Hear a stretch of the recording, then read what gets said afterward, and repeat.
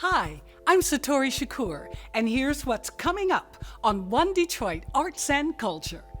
A celebration of garage rock punk, a look at Detroit's fashion industry, a traveling Ukrainian multi-instrumentalist, and get ready to groove. It's all this week on One Detroit Arts and Culture.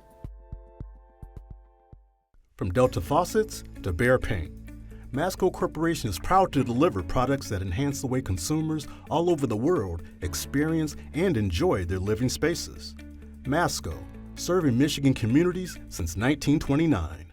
Support for this program is provided by the Cynthia and Edsel Ford Fund for Journalism at Detroit Public TV, the Kresge Foundation. The DTE Foundation is a proud sponsor of Detroit Public TV, among the state's largest foundations committed to Michigan-focused giving. We support organizations that are doing exceptional work in our state. Visit dtefoundation.com to learn more.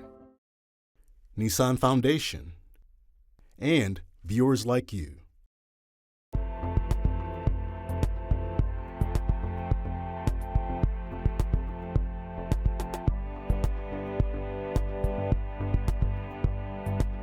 Hi, and welcome to One Detroit Arts and Culture. I'm your host, Satori Shakur. Thanks for joining me here at Janis Cherrick Gallery. This gallery is located inside the Jewish Cultural Center in West Bloomfield. They curate exhibitions to promote works of fine art created by Jewish and non-Jewish artists. Coming up on the show, how Detroit's fashion industry has the potential to flourish. A Ukrainian musician traveling around the country to spread the word about Ukrainian culture. And we'll end with a performance by Aaron Lewys. But first, the Detroit All-Star Garage Rock Punk Revue started in 2017. It was a celebration of Detroit's rich history of independent punk rock from the late 70s and 80s to now. The Revue is back for its fourth year after missing 2 years due to COVID, and this time it has expanded into a 2-day music festival taking place at the Cadieux Cafe. The festival features a wide selection of bands from across 4 decades of Detroit punk, indie, and garage rock. Iconic radio DJ Michael Halloran will host the show. One Detroit's Chris Jordan caught up with the show's organizer, Smith E. Smitty, as well as Michael Halloran and musician Gary Reichel of Sit-A-Side to talk about the fest.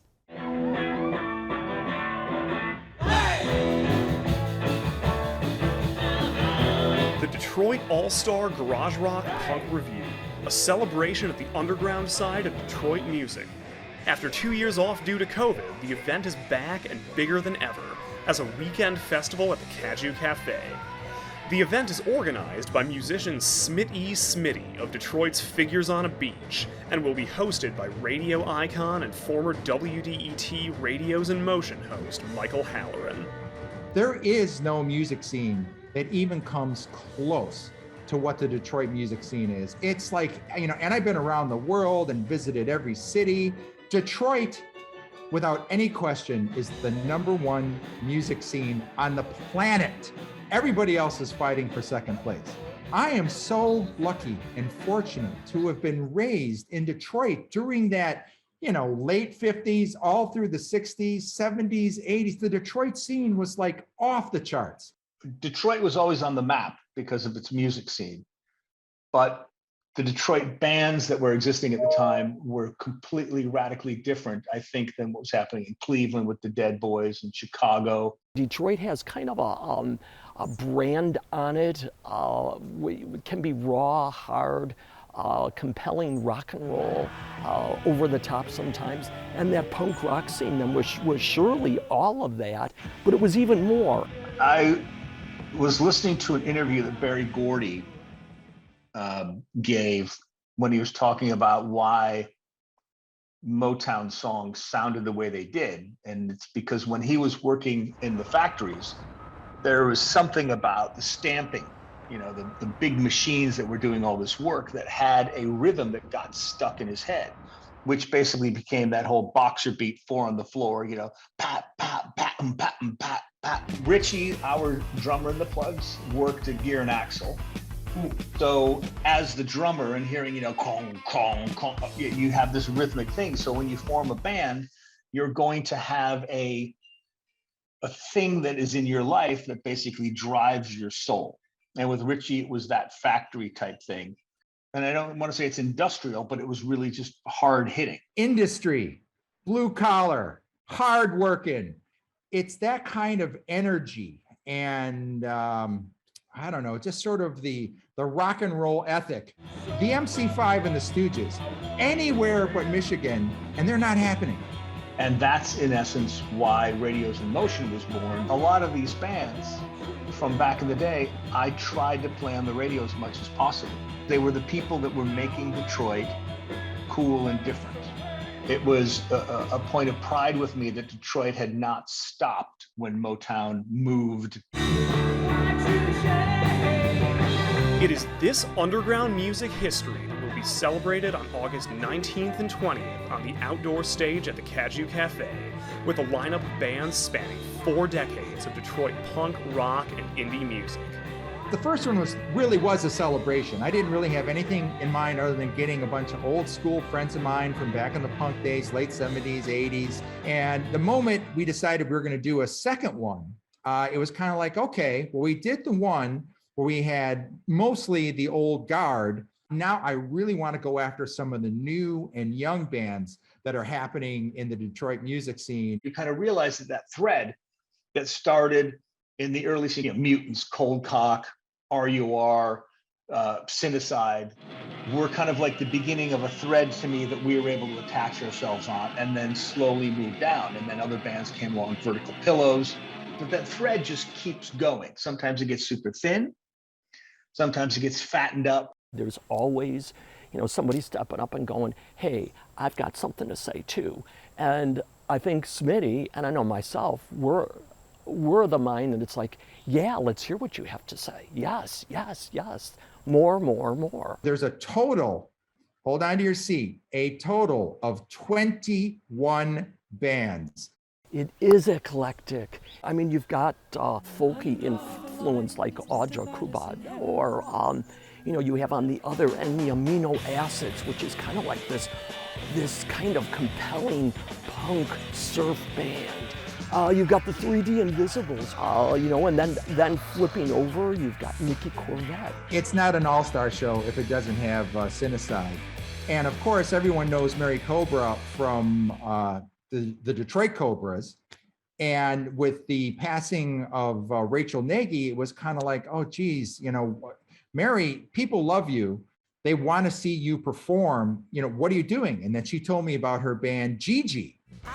And, Gigi, they may have only done like 1, maybe 2 performances. So they're like brand new. And so she said, okay, Smitty, if Gigi's going to do it, I want to see Sugar Tradition on this bill. I want to see Billy Swibbs and his Operatives on this bill. I want to see War Horses, the Hourlies. Smitty's in a couple of the bands. He's got Little Boy Lost, and Smitty and the Fez Tones. That leans more into my, like the art school guy starting a band. And I probably have more in common with like Sparks and the B-52s and Devo, because there is definitely an art element. If you look at all of this list of bands, I think one of the most important things about it is the School of Rock in Farmington. To me, I want to see the new generation. The Farmington Hills School of Rock band will produce one member. We don't know who it is. I don't know who it is. Nobody knows who it is, who is going to go on and revolutionize the way music is done. And it's the new Prince. It's the new, St. Vincent. It's the new, whatever it is, because that's where it comes from. The youth of America. This is like Detroit's finest, whether they've been around forever or just, popped up within the last year or two. Even if you don't know 90%, even if you don't know 100% of the bands that are on the bill, it's going to blow you away. I mean, this is like, oh, this came from Detroit? This isn't from LA? This isn't from London? This isn't from New York? It's like, no, this is all Detroit.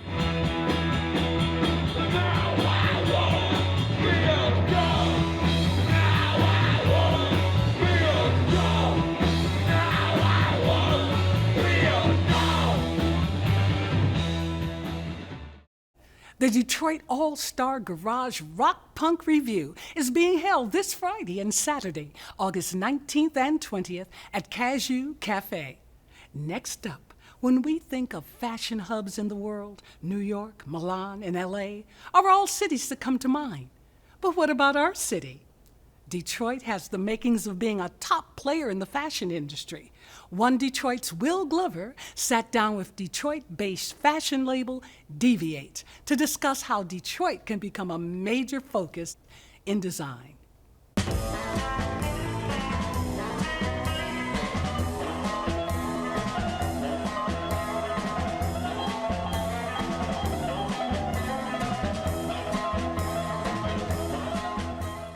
The word was fashion. You said it has a bad connotation.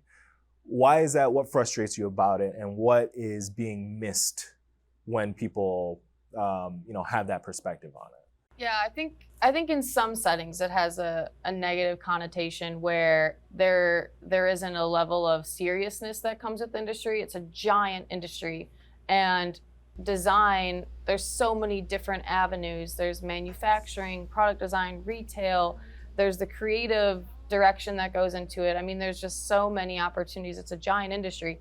And I think when people think of fashion, they think of the sensationalized portions that maybe don't necessarily scream business, but fashion is a giant business. And I think it would really benefit the city to take it seriously in terms of being the future of the city, where an industry can really develop and flourish and where we can push boundaries in the national, global industry. Detroit can be a major player. It should be a major player. We have the infrastructure here for manufacturing. We have a skilled workforce. We have super creative talent. We need to bring it all together and really take it seriously as a fashion industry hub. How is business going? Are you doing well? Is there anything that you guys currently need that could help you expand? Is it a tough environment because you're here in Michigan? What is this outlook? What kind of things are you navigating? The fashion industry specifically is an antiquated industry.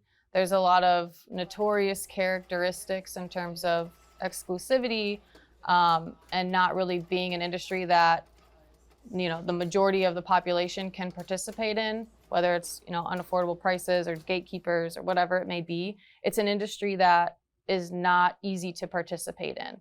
And so I think being based in Detroit, Michigan is our greatest strength and our greatest weakness at the same time. So I think it's interesting that we're able to participate in it from a city that a lot of people don't, in the external industry, don't necessarily see Detroit as a fashion city, even though we know it here, it's been here, we're a creative community, we're a hyper creative city, but that perspective isn't necessarily shared outside of Michigan. And so when we're able to say we're a Detroit-based brand, that gets people's attention and they wonder, how are you operating there? How is it different than the rest of the industry? And that helps us a lot, I think, because it's, an immediate icebreaker. It actually gets us a lot of conversations. We'll cold DM people on Instagram and they're interested because we're different in that way, because we deviate in that way. But I think it's also really difficult too. It for sure comes with its challenges where obviously removed from a lot of the larger industry, hub like New York or LA.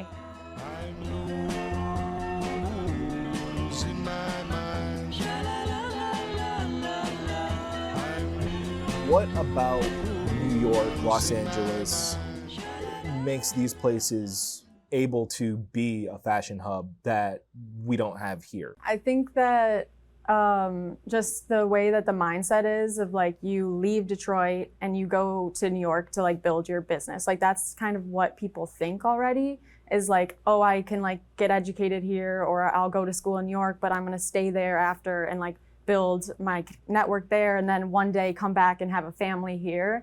But if we had the resources and all these things that we've been talking about in this conversation, and there are so many people, creatives who are entrepreneurs, they're grinding and living off of not enough money, to live their dream. But it's without those resources and stuff here, we can all keep working towards these things, but it's without the glue to connect everyone, the resources, the pipeline, then it's people are going to leave and they're going to go think that they need to do that in New York and then come back here eventually. Whereas if we had that infrastructure, they could do it here and stay here. Do you see your cohort coming here? What would get them on board? Yeah, we actually say this to everyone we meet in New York. We're always like, you gotta come visit us, come to Detroit, come to Michigan. And actually a lot of people are interested by it, or they'll say, oh, I've been there, I haven't been there in a while. I heard that there's a lot going on, and like that's kind of, but we actually are bringing people here and showing them around. And I think that's another big thing that we should probably invest more time and effort in. Really, if the fashion industry is something we want to take seriously, I think, we should. But if that is decided, I think we seriously need to think about the gatekeepers or those in the larger industry that can, help the city get to the next level and plug in and bring them here and show them all these things that are going on. Show them the industry club, fashion design industry club, working with, youth, helping them get internships at Carhartt and product design collaborations with Fortune 500 brands. And let's show them, the brands that are here making it and, showcasing their work in New York Fashion Week. Let's show them the schools that are here, the workforce that's here, all the infrastructure that's here, and just ultimately the opportunity. Fashion's looking to be, more inclusive. Fashion's looking to grow and be pushed in new boundaries, just given the climate and everything that's happened over the last couple of years. So let's be that solution. Let's do it. But we need to take it seriously, make a deliberate decision to do so, and then bring those people here. Show off what we're doing in a really meaningful way. Traveling musician Yuri Fedinsky is an American-born Ukrainian who recently left his war-torn country with his family. He made his way across the East Coast and Midwest, explaining Ukraine's music, culture, and his fight to keep both from becoming a casualty of the Russian-Ukraine war. One Detroit's Bill Kubota has his story from Hamtramck.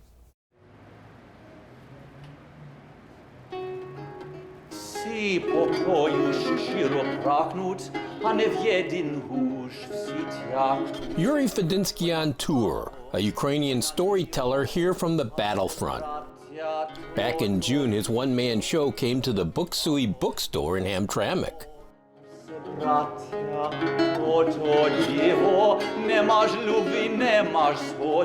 I take every invitation very seriously and try to make it out. These are all free events, right? I don't charge anybody anything. And I used to be Ukrainian American, but I'm not anymore. Now I am a Ukrainian American Ukrainian. Fedinsky grew up in North Carolina but emigrated to Ukraine years ago. When the Russians attacked in February, he sent his Ukrainian wife and 4 kids to the U.S.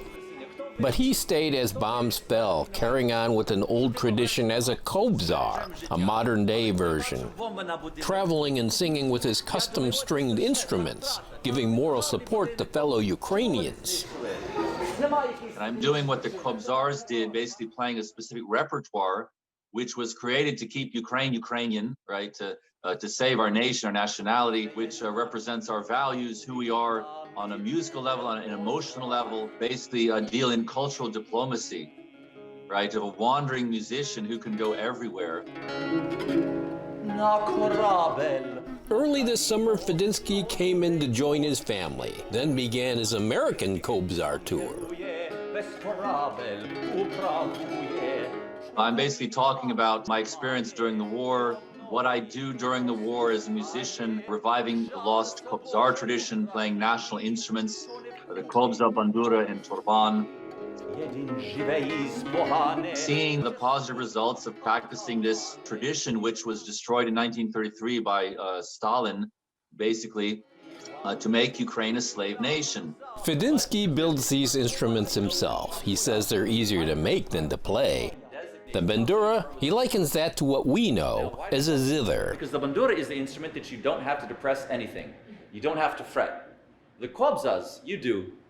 The torban like the others, but with another set of treble strings. But these are sacred national Ukrainian instruments which most Ukrainians don't know. And how can that be? You know, can you imagine an American seeing guitar and saying, what is this? With the war on, Fedinsky's dispatches went to Facebook. Here he and his crew of performers shelter in the Kharkiv subway as the city was attacked. When Putin is sending his forces to the east, right, on the third month of the war, we decided that's the place for us to be. So we got in the car with me and 4 of my students, and we played hundreds of concerts during that month, mostly on the eastern front.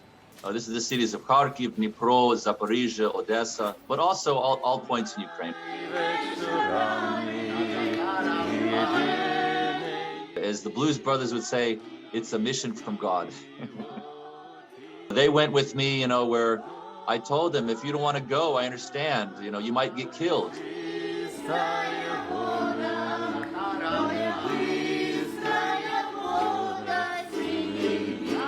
And at one point, I told them, I feel, you know, mortal danger. We very well may die. And if you want to get out, this would be a good time. It's good that not everybody evacuated. There's still people in the cities. Putin wants us all to flee, to go to the west. And he can very simply take Ukraine and conquer it. So what do? It's the spirit which defends the country. Now it's August. Fedinsky's going back to Ukraine, his family too, back to live, to a safe place, he says. Then he's headed to the front to serve, as a Kobzar again. I'm convinced that they can't kill me. There's certain convictions I have. And this, you might consider this craziness. It might be completely crazy, I don't know. Music is very serious stuff. I think Woody Guthrie had on his guitar, this instrument kills fascists. And it's true, it's true.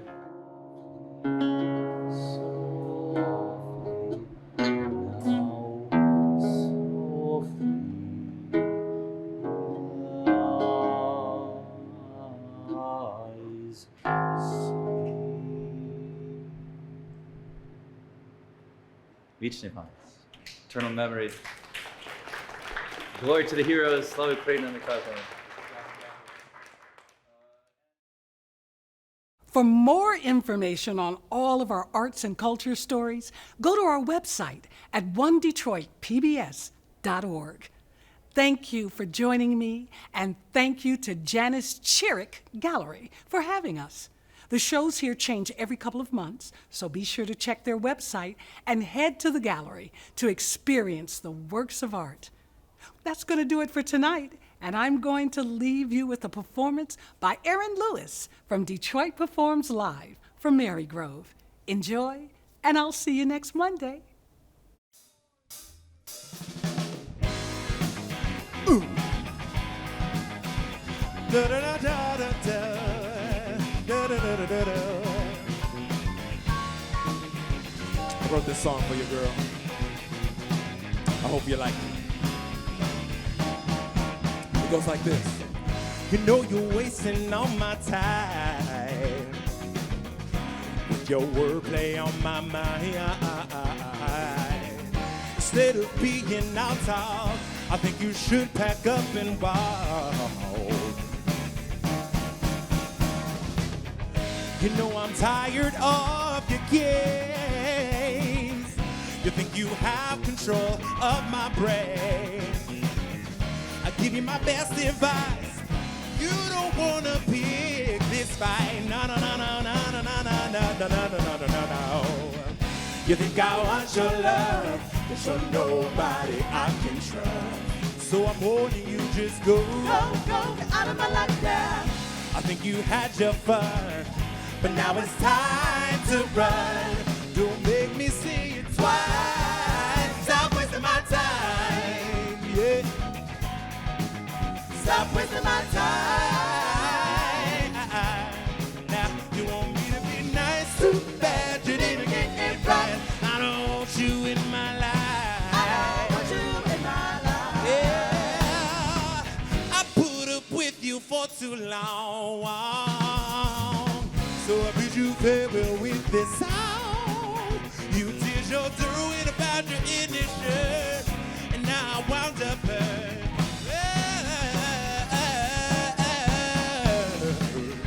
You think I want much your love, but you're nobody I can trust. So I'm warning you, just go, get out of my life. I think you had your fun, but now it's time to run. Don't make me say it twice. Stop wasting my time. Stop wasting my time. Now you want me to be nice, too bad you didn't get it right. I don't want you in my life. You can find more at onedetroitpbs.org or subscribe to our social media channels and sign up for our One Detroit newsletter. From Delta faucets to Behr paint, Masco Corporation is proud to deliver products that enhance the way consumers all over the world experience and enjoy their living spaces. Masco, serving Michigan communities since 1929. Support for this program is provided by the Cynthia and Edsel Ford Fund for Journalism at Detroit Public TV, the Kresge Foundation. The DTE Foundation is a proud sponsor of Detroit Public TV, among the state's largest foundations committed to Michigan-focused giving. We support organizations that are doing exceptional work in our state. Visit dtefoundation.com to learn more. Nissan Foundation, and viewers like you.